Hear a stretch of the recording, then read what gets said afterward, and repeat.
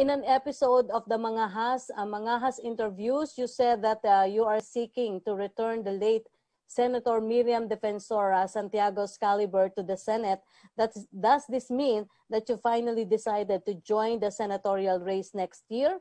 Have you spoken to the President as regards your political plans? If yes, ano po ang naging advice niya sa inyo?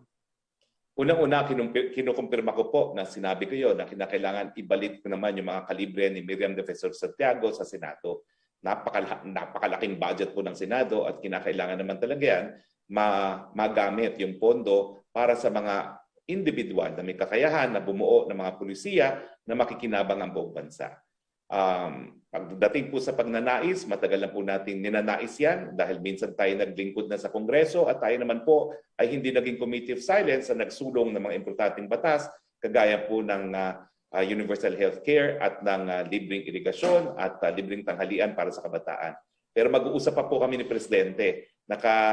Facility quarantine lang nga po ako kaya mahirap kaming makapag-usap.